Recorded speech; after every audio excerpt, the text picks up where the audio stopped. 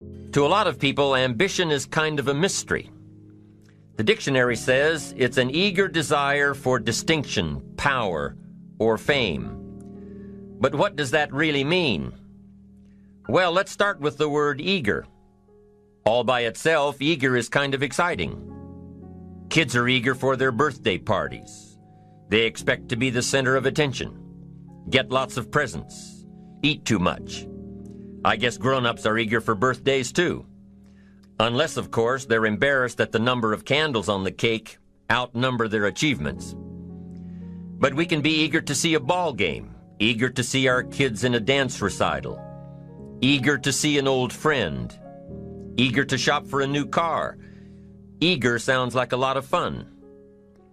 But do you ever hear people say they are eager to live a better life, eager to have a better family, eager to make a lot of money? Probably not. And that's a problem. Because how I see it, living a better life, having a better family, and making a lot of money takes an eager desire. We have the remarkable ability to get exactly what we must have. But there is a difference between wishes and desires. We've all heard people say, "Oh, I wish I could just drop 5 pounds. I want to be a little lighter." And we've probably said it ourselves, especially after a big holiday dinner of turkey and homemade pie and every other thing we can possibly stuff ourselves with in one 8-hour period of time. And even though we may wish we could breathe a little easier in our clothing, we have to have the desire to exercise a little more and eat a little less. The "I wish I could lose weight" has to become, "I have the eager desire to lose weight." I'm also sure you've heard people talk about wishing they had more money to pay the bills, or take a vacation, or just to take a little pressure off of life. But before their lifestyle can change, their wish needs to become a desire. If they really desired change, they wouldn't spend their evenings just watching TV and wishing they were doing something more. The backbone of an eager desire to change is discipline. True ambition is disciplined, eager desire. It's that little part within us that says, if I want to be ready for that meeting tomorrow, I need to finish preparing for it today. If I want to make sure I can pay for my kids' college education, I need to start saving today. If I want a better life tomorrow, I need to start working on it today. Ambition is a minute-by-minute, day-by-day mentality. To have the ambition to work towards a better family life, a newer car, a bigger house, a financially secure future, you have to live it every moment. If living a successful life was easy, I'm sure more people would be successful. If just being ambitious was enough, I'm sure all of the broke and perplexed people in the world wouldn't be broke and perplexed. While most people spend most of their lives struggling to earn a living, a much smaller number seem to have everything going their way. Instead of just earning a living, the smaller group is busily working at building and enjoying a fortune. Everything just seems to work out for them. And here sits the much larger group, wondering in awe on how life can be so unfair, complicated, and unjust. So what's the major difference between the little group with so much and the larger group with so little? Despite all the factors that affect our lives, like the kind of parents we have, the schools we attended, the part of the country we grew up in, none has as much potential power for doing good as the ability to dream. Dreams are a projection of the kind of life we want to lead. Dreams can drive you. Dreams can make you skip over obstacles. When we allow our dreams to pull us, they unleash a creative force that can overpower everything in our way. To unleash this power, though, your dreams must be well defined. A fuzzy future has little pull power. Well-defined dreams are not fuzzy. Wishes are fuzzy.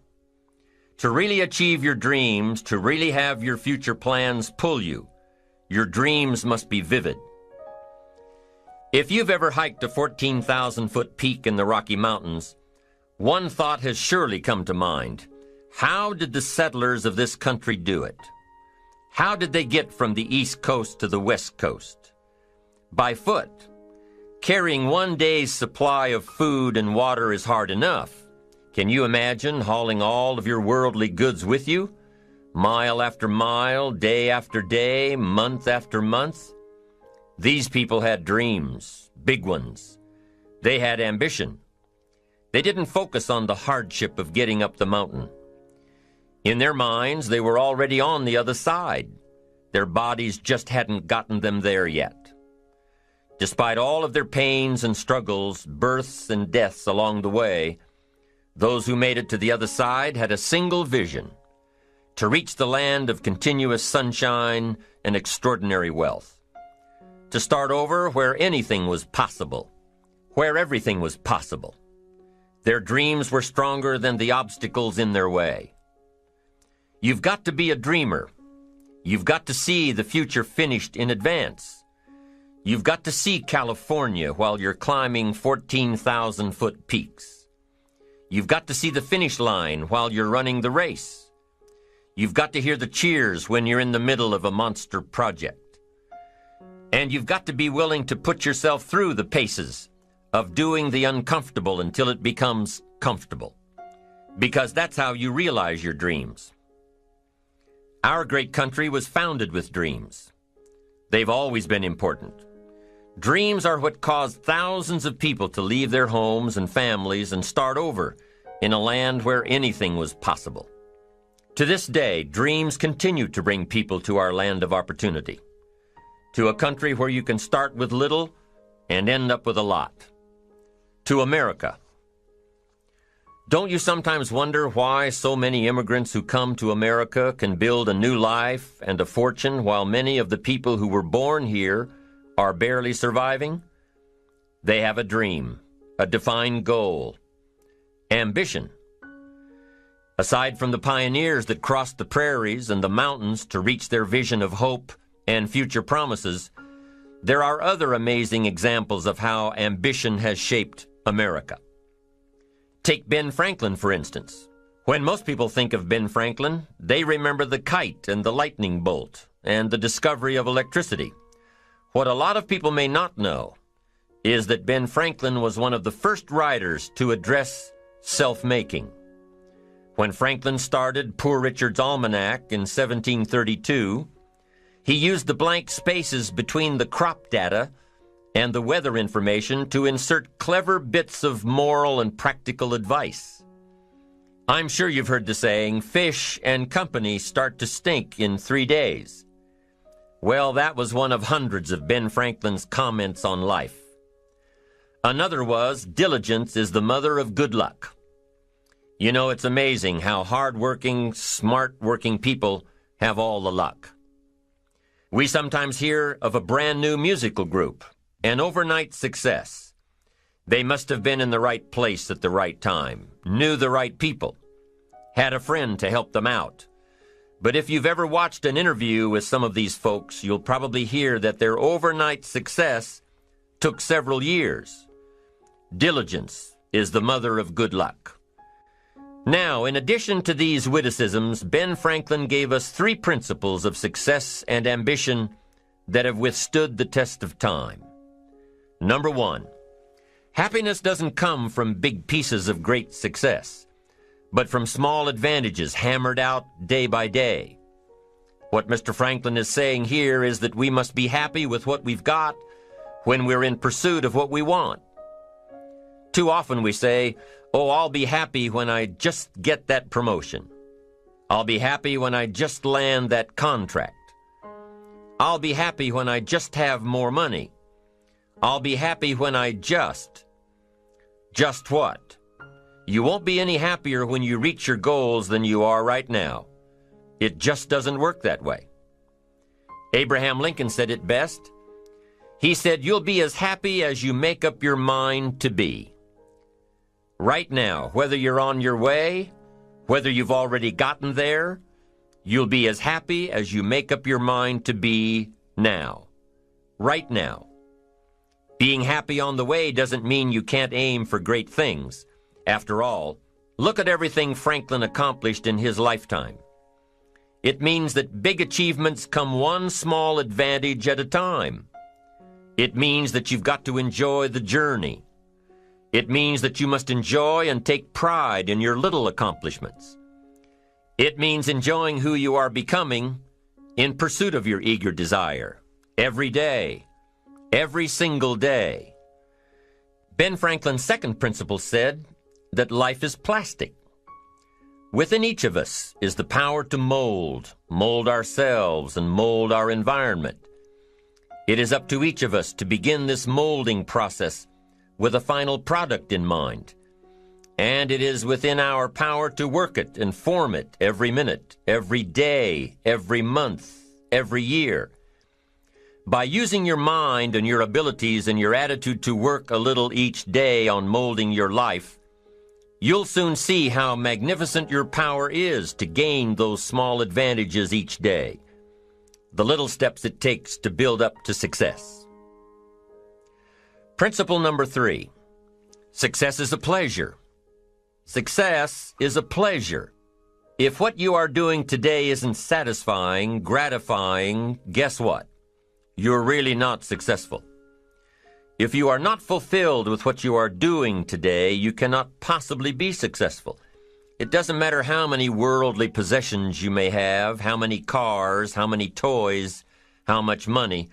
If you're not happy with your life as it is, you cannot be successful. Now, I know that success is a relative term. It means different things to different people. To a school kid, success may mean a star on top of his latest test. To a homemaker, it probably means that she has a well-run household and a wonderful family.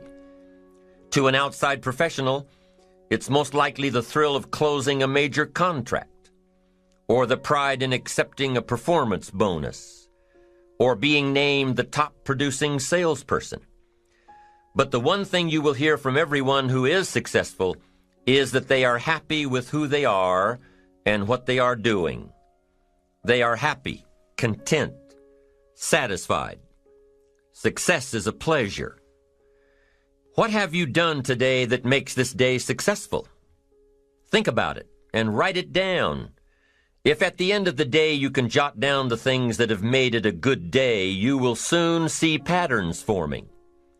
This really is a good habit to get into. When you can see a pattern of pleasure, you'll know you're on the road to success. So take note of Mr. Franklin's 3 principles of success and ambition. Number 1, big achievements come one small advantage at a time. One step at a time, one day at a time. Number 2, you have the power to mold your life, to make it whatever you want, to shape it and reshape it. And number 3, success is measured through pleasure. This is the key one. Success is measured through pleasure. You've got to be happy along the way. You've got to learn to give yourself a pat on the back. Good job, you need to tell yourself. I'm proud of me today. You've got to be happy. You've got to learn to enjoy the process. These are really common sense ideas.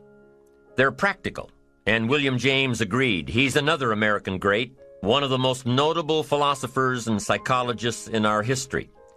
And he founded a philosophy called pragmatism.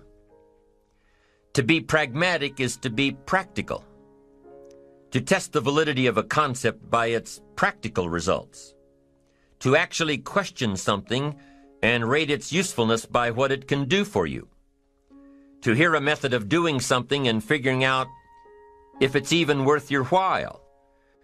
One of the issues Mr. James dealt with in his lifetime was, what does it mean to be a success, a significant person? After years of pondering this question, William James described success as a combination of 2 things.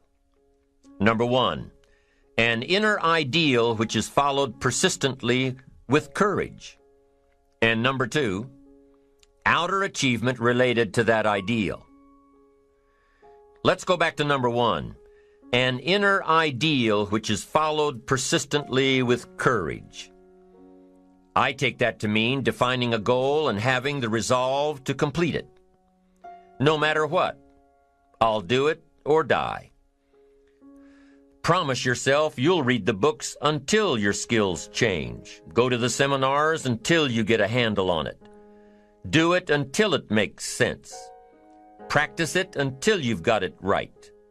Don't give up until you get where you want to be, however long that is. Step by step, piece by piece, book by book, seminar by seminar, do it until. Go for it. Until is a very important word. It's magic. It means that you'll never give up. Don't miss the chance to grow, to pay the price. Until you learn, change, grow. You'll discover some of life's great treasures when you pay that price. William James' second part to success dealt with the outer achievement related to that ideal. You need both aspects to really be a success. But what Dr. James realized about his philosophy of success was that the first part is indeed more important than the second. Going for it. As long as you're working toward your inner goal, your dream, then success is possible. But once you give up your inner vision, then you can never become successful. You never will become successful. Until doesn't even matter. Now, maybe the person who's been working on a project for 10 years can be successful in his own right, if he's honestly working toward it, doing everything to make himself worthy of reaching the dream, really happy with where he is, doing it until. Then maybe he is a success. It's a personal thing, going for it one step at a time, going for small accomplishments along the way for however long it takes. So let's think about this for a moment. What outside evidence or results or proof can be seen when you accomplish your goals one step at a time? You'll start to see things change around you, little things, not major things, but little everyday things, things you may not even notice unless you are paying attention. If you're one of those who'd rather stay up late and get up late, only to discover that your workplace doesn't fit your schedule, and you roll out of bed cursing the alarm clock every morning, maybe you could start with the little change of going to bed half an hour earlier than normal. And maybe you'll see, in time of course, you can't train your body overnight, maybe you'll find out that you jump out of bed in a better mood, and that your day will start better, and that you'll get more done, and that the people around you that caused you problems aren't so hard to work with after all. It all starts by making one little change and adding to it every day. You see, you can't change what's going on around you without first changing what's going on within you. Start changing how you look at mornings, and sure enough, people will start changing how they look at you. When you start changing how you think, how you act, how you treat others, how you treat yourself, when you start responding instead of reacting to life, life will start responding to you. I'm telling you that you can do it with your lifestyle. You can do it with your sales career. You can do it with your management career. You can do it with any part of your life. If you are looking for equities unmatched, don't curse the only thing you have: seed and soil, sunshine and rain, miracle and seasons. But start processing things like we're covering in this program, and change will take off for you. You cannot believe what can happen in such a short period of time. So you ask yourself, what small changes can I start making today? Well, you can start in your car on your way to work. If you're sitting on the highway, stop-and-go traffic, moving at about 15 miles per hour tops, look at the guy or the lady sitting next to you and give them a smile, or thumbs up, or even wave. Now, some people might think you're a little strange, but hey, you'll feel better. And tomorrow, when you get into the office, how about a big cheery hello to the people at the front desk, and everyone you see on the way to your office, And when you get home tonight, how about giving your wife or husband and kids big hugs instead of collapsing on the sofa? When you start with the little things that make others happy, improve their day, you'll find that these little things add up to big ones. So what happens when you start taking charge of your own personal happiness, your own life? Do you think that these little things will somehow make a difference in meeting your goals? You bet they will.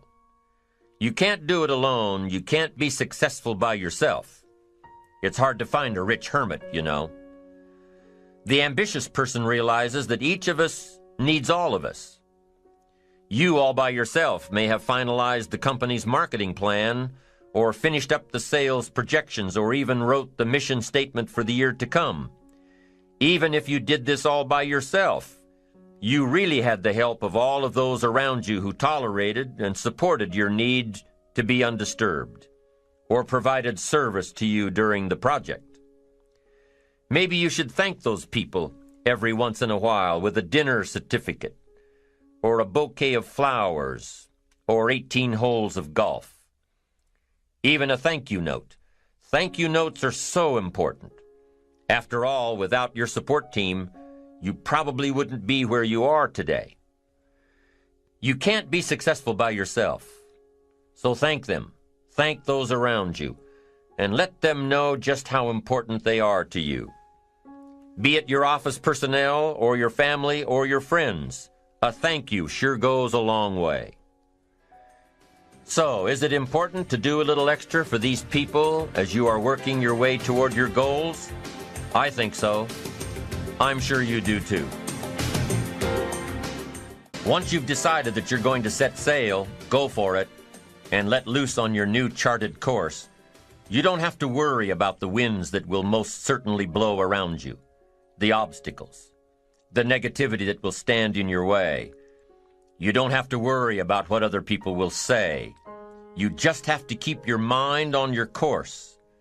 Those winds may blow fast and furious, but if you know your path, if you know where you are going, they will help push you toward the dreams and goals and treasures that you have already decided you're going after.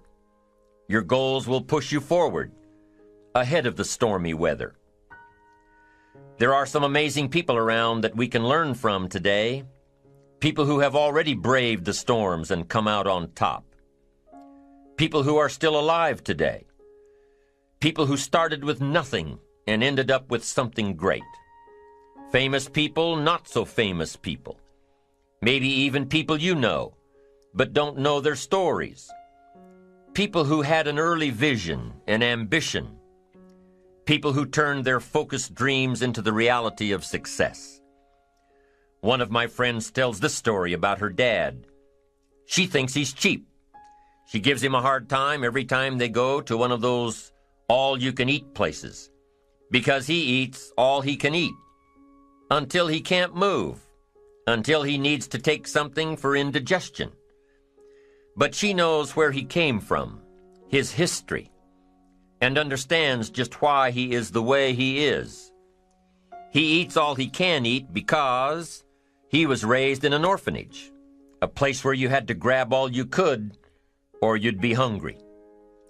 But the real story behind her father is that he made himself a millionaire with nothing more than a dream. He watched his own father drown when he was 4, was taken away from his mother a few years later and put into an orphanage because he was so bad. Raised by other people, strangers. After growing up in foster homes, he decided to go out on his own. He barely finished high school, but he found a job as a vacuum cleaner salesman. He did well, really well. But the woman he loved didn't want to marry a vacuum cleaner salesman, and he really didn't want to be one, so he went to college, went on to medical school, prospered, really prospered, led a tremendously successful life as a radiologist, and is now retired, goes fishing, rides his Harley. Stories of success are all around us, everywhere. Take the time to talk to these people or read their stories. You might learn something, you might find out that they have already traveled the path you are now on. You know, when most of us think of Jesse Jackson, we think of the political Jesse Jackson. But what most of us don't realize is that before Jesse Jackson went to the streets to gain votes, he went to the ghettos with a message for inner-city youth. During his rallies, he would have the street kids repeat after him, "I am somebody." Jesse Jackson's message to these kids was that ambition is a moral imperative. To be a good person, you have to have ambition. You have to try to do something good with your life. You have to try to get out of where you are today or make where you are a better place tomorrow. You have to, or anything else is a waste. Mr. Jackson knew that his contribution to life began with America's youth, where he could make a difference before bad attitudes and bad habits took over for good.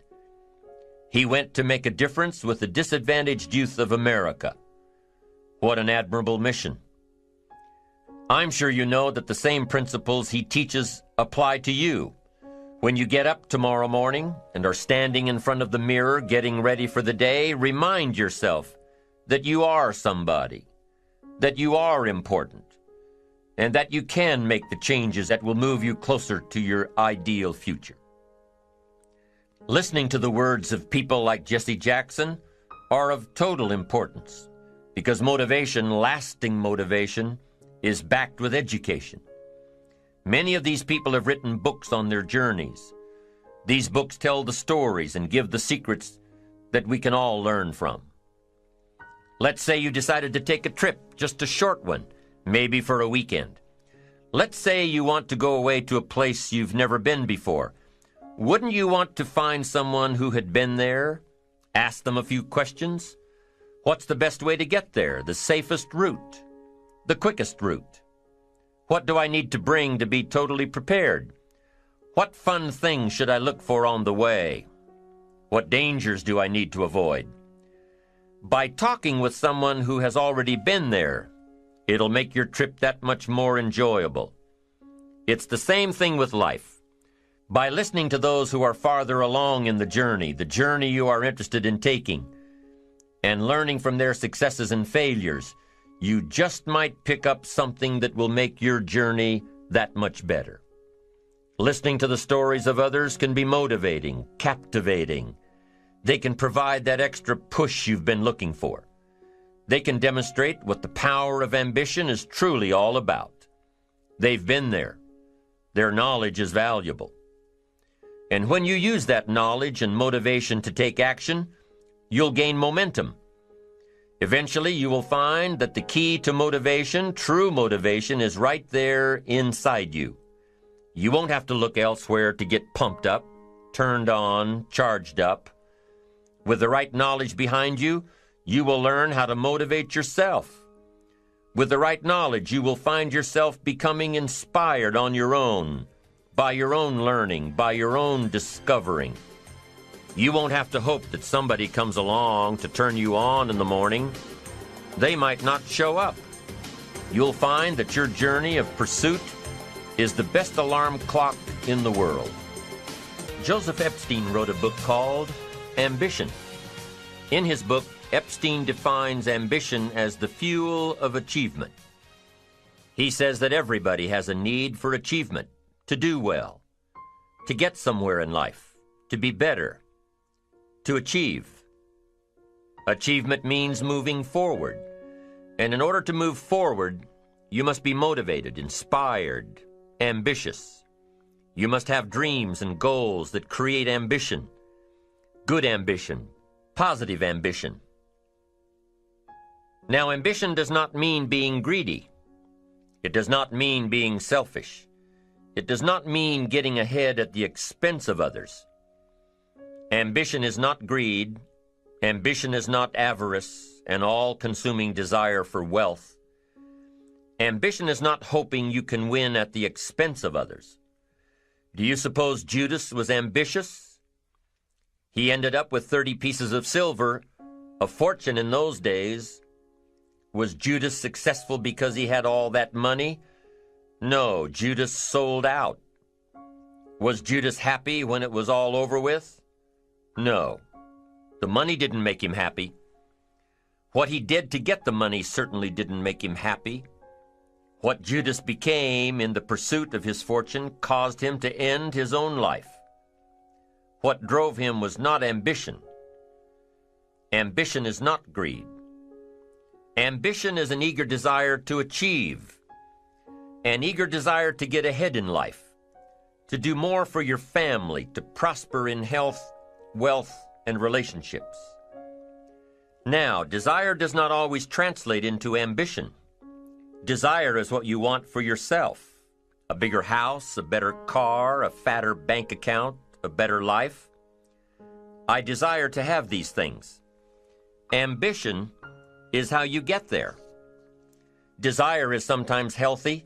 Desire is sometimes unhealthy. Desire might say, I want the tallest building in town. The destructive side of desire might urge you to tear all of the other buildings down. I guess that's one way to do it. You might get away with tearing down the first one and maybe the second one. But in your desire to tear them all down, sooner or later, some guy is going to be standing out in front of his building saying, I'm on to you. Get out of here. And pretty soon you're no longer known as a builder. You're known as a destroyer. Now, the second way to have the tallest building in town is to see it, dream it, and plan it, and put your team on it, work on it. Go through all of the steps to get there. Do it right. Have the ambition to be the owner of the tallest building in town, and go through all of the right steps to get there. If you really want it, and have the skills to do it, and the patience to weather all of the storms, your ambition will lead you there. Having the ambition to do what it takes to get you where you want to go is good. Ambition is creative and constructive. Ambition is an expression. It's something inside of you want to express in a positive way. I'm sure you have dreams of accomplishing great things. Are you ambitious enough to realize these dreams? Are your dreams strong enough to pull you toward your future? Are they vivid enough to see the end result now? Are they worthy of doing until you get there? What are your reasons for creating these dreams? Reasons vary from person to person. I bet if you did a little soul searching, you could come up with a fairly strong list. The list of reasons. Why is it so important to achieve these dreams? What are you trying to express? These reasons for accomplishing great things are different for everybody. There are personal reasons, sometimes uniquely personal reasons. Some people do well for the recognition. Some people do well because of the way it makes them feel. They love the feeling of being a winner, and that is one of the best reasons. Once in a while I hear someone say, if I had $1 million, I'd never work another day in my life. Hey, that's probably why the good Lord sees to it that he doesn't get his million, because he would just quit. Family is another reason, a motivator for doing well. Some people do extremely well because of other people, and that's a powerful reason. Sometimes we will do something for someone else that we would not do for ourselves. I know a lady who was getting back on track from financial disaster. Even though she didn't have much of anything left, her primary motivator was to keep her daughter in private school, an expensive one of the best in the country. Although her goal was to financially surpass where she was before her economic fall, her main reason to work all of those extra hours was to give her little girl the best possible education. As you can well imagine, wanting to do something for someone else led her to all sorts of other accomplishments as well. How fortunate are the people who find themselves greatly affected by someone else? It's powerful. What has you getting up early, hitting it hard all day, and staying up late? What has you inspired? What are your reasons for doing well? What's at the core of your quest? What is the power behind your ambition? Think about it. Jot it down. Do some soul searching. Define your reasons so they will work better for you. So now we have determined that it's in your best self-interest to be ambitious. Self-interest, self-preservation. As human beings, we can't help but be interested in our own self-preservation. We can't help but be self-interested. It's one of the strongest urges we have. Interested in our preservation, interested in our development, interested in our success. There's certainly nothing wrong with self-interest, but here's the clue. Self-interest must be enlightened as to what truly serves us best. When I found out that self-interest was okay, that was a big relief to me. Now, we're not talking about selfish. We're talking about self-interest. Self-interest needs to be educated, enlightened. Self-interest is willing to be benefited by service to others, not at the expense of others. Self-interest at the expense of others starts to be greed, evil, hoping you go up as someone goes down, hoping to attain while someone else loses. I win, you lose. We call that the beginnings of evil, the dark side of our nature, wishing to benefit at the expense of others. Enlightened self-interest wishes to benefit at the service of others. A friend of mine tells this little story about a person she hears from about every 3 months or so. This guy calls to solicit money for food baskets for homeless families. She's happy to give her money to them. She was unfortunately homeless for a short period of time, and she knows the position these people are in. This group is legit. She checked them out. But after the second or third time this guy called, same guy, after the second or third time he called, she started talking to him about other stuff. Turns out this guy is broke, living in a hotel, looking for any construction job he can find. Any job at all. But what's unique about this guy is that he donates 2 or 3 hours a night, every night, to call people and get money to feed the homeless. Every night, from his hotel room. Now, most people would say this guy should use those hours every night to work a second job or a third job. But while he's way down on the ladder of success, he feels it's important to help those less fortunate than he is. He has a roof over his head. He makes enough to feed himself. And my friend says that every time she talks to this guy, every 2 or 3 months, he's doing better. He's digging himself out of debt. He's starting to save money. He thinks he'll be able to move into an apartment in another month or 2. Now, recently an interesting thing happened. My friend was talking with an associate of hers. She's single, lives in a big house, needs to find a handyman to help her out on a regular basis, someone who can build an addition onto her house. So my friend told her about this guy. The only reason this guy ended up being hired was that my friend's associate was touched by his dedication to service, while he, himself, was down and out. Service. Success at the service of others.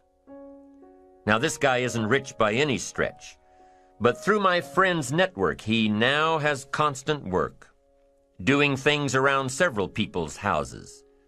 And now he's in a place of his own. And guess what he does every night? He's still making phone calls to get money to feed the homeless. What great character this man has.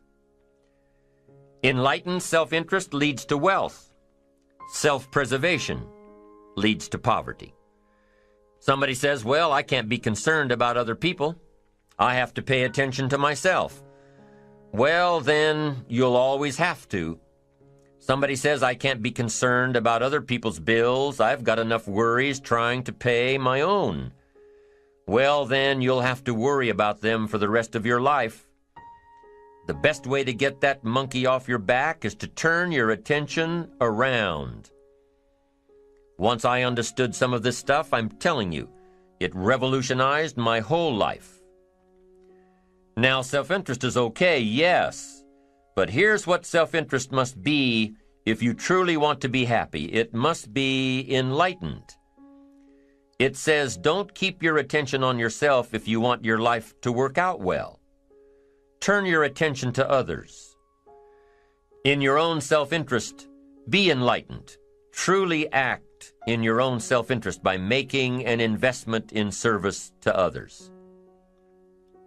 Next, if you wish to receive, now there's nothing wrong with wishing to receive, it's part of self-interest. But here's the enlightened part. If you wish to receive, you must give. Some people say, if you give, it's gone. No. Not if you're educated. If you're stupid, yes, it's gone. But if you're enlightened, chances are, if you give, you've invested. And what do we expect an investment to do? Return. Get back what you put out? No. We expect it to return multiplied. Bigger, greater, better. My father taught me way back, son, always do more than what you get paid for. Now, some individuals might argue with that. They'd say, no, you're going to mess up the whole program. I know they're wrong. In my own self-interest, I did what my father taught me, to always do more than I got paid for. Why? To make an investment in my future. Do more than you get paid for to make an investment in your future, and it's paid off for me. If you're wanting that big promotion, are you going to go up to your boss and say, just give it to me? I'll work harder if you just give me that promotion. No, it doesn't work that way. You've got to do more in your current position so that you get noticed, so you stand out from everybody else.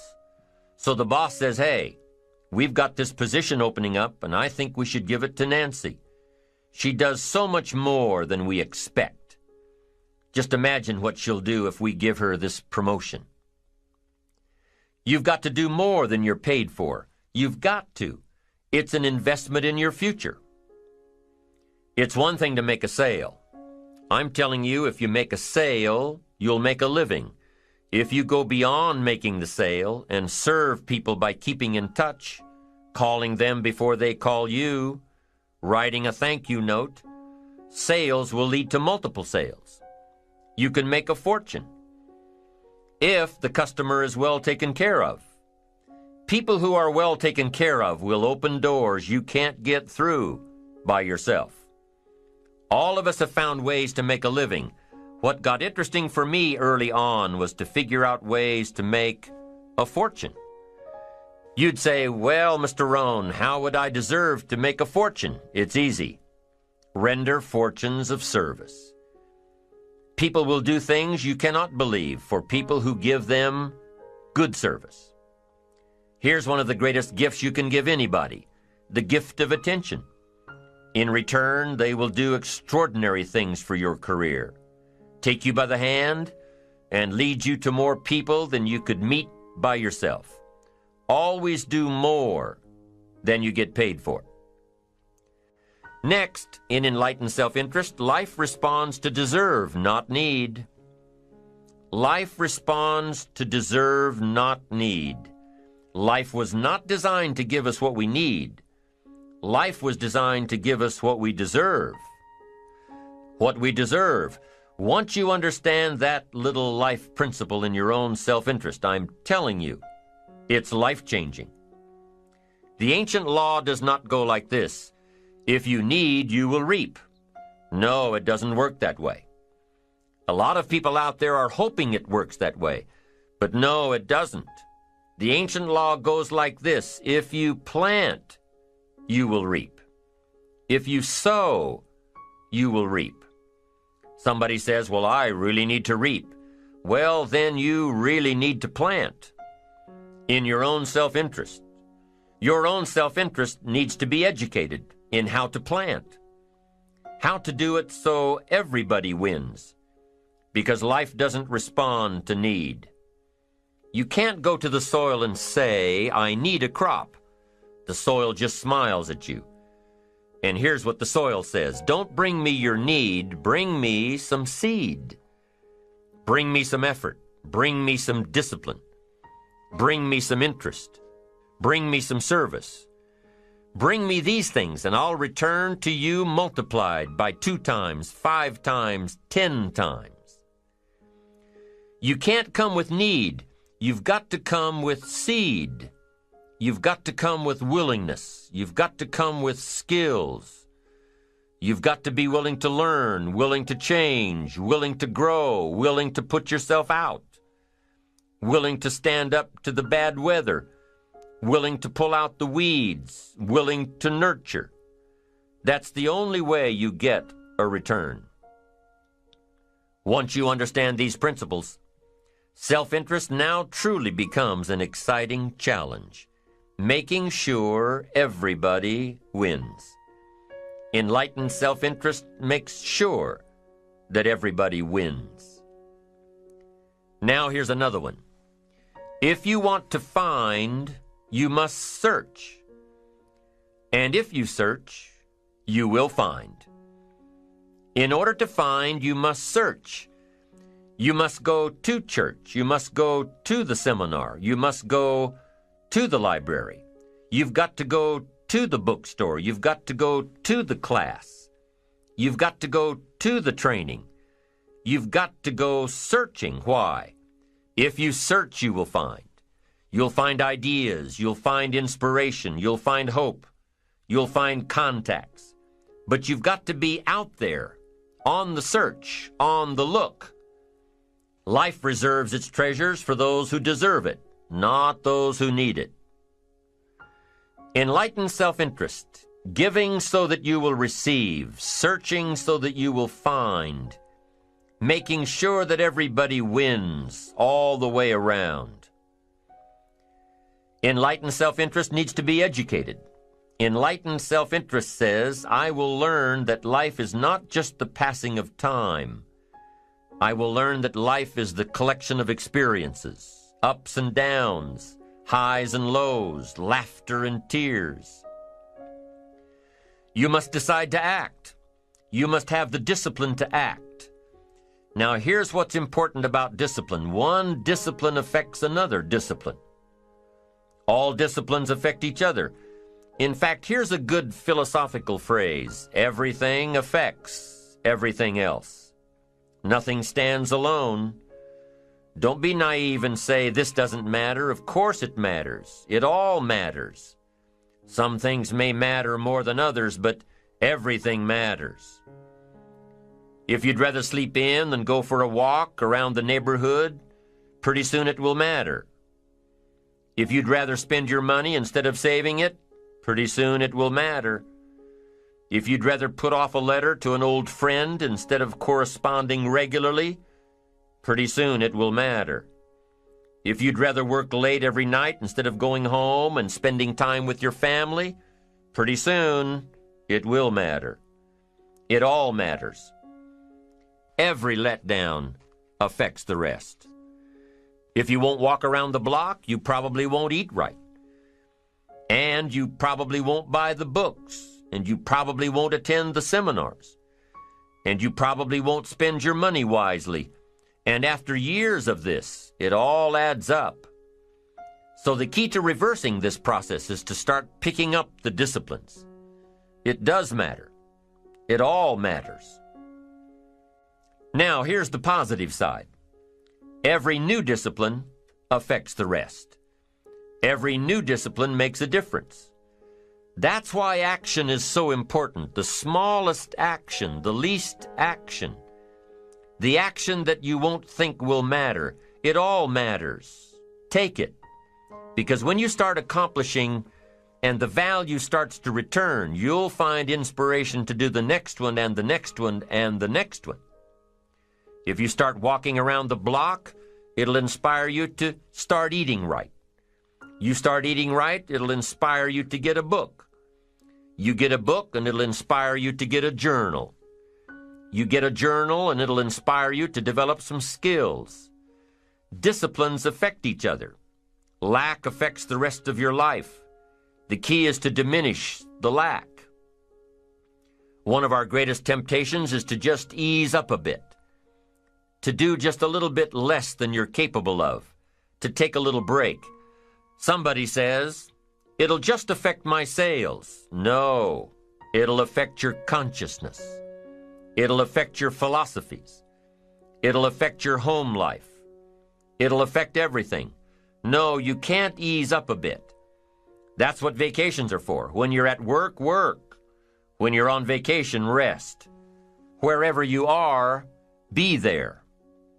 If you think about vacation when you're at work, you'll surely think about work when you're on vacation. You'll just mess it all up. So be disciplined. Get involved.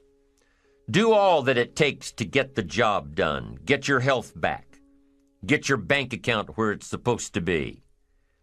Get your family in order. Get disciplined, be disciplined every day. When you set up the disciplines that give your life structure, miracles can happen, multiplied. And I'm telling you, anybody who wants to make a drastic change in their income can do it. I was broke at age 25 and a millionaire at age 31. Everything around me was the same. I changed. I refined my philosophy. I read the books. I took the classes. Started looking at life a little differently. I'm telling you, it works.